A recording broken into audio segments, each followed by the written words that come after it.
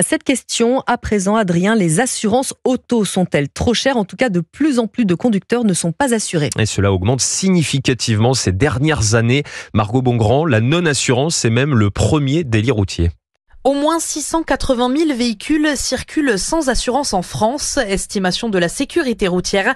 C'est plus que l'an dernier après plusieurs années de baisse, explique le directeur du Fonds de garantie des victimes de la route, Philippe Roux. Cette année, on voit un léger rebond, ce qui est un point de vigilance, puisque ça signifie que le phénomène de la non-assurance en France, il n'est pas éradiqué. Et parmi les conducteurs non assurés, les profils sont souvent les mêmes. On en a 39% qui n'ont pas de permis de conduire et qui ne devraient pas être sur la route. Il y a un autre phénomène, on a une problématique économique plus importante aujourd'hui qu'il y a quelques années, notamment pour les jeunes. Un non-assuré sur deux à moins de 30 ans, on a des personnes qui sont étudiants, chômeurs. Rouler sans assurance, c'est s'exposer à devoir payer de grosses sommes en cas d'accident. Les contrôles sont de plus en plus fréquents. Richard a passé 2 mois sans assurance et il en a fait les frais. Je n'ai pas fait attention, donc j'ai été résilié. J'ai été condamné par le tribunal de Créteil, j'ai payé 400 €. Tous les véhicules motorisés présents sur la voie publique sont obligés d'être assurés. C'est le cas aussi des trottinettes électriques. Margot Bongrand pour Europe 1.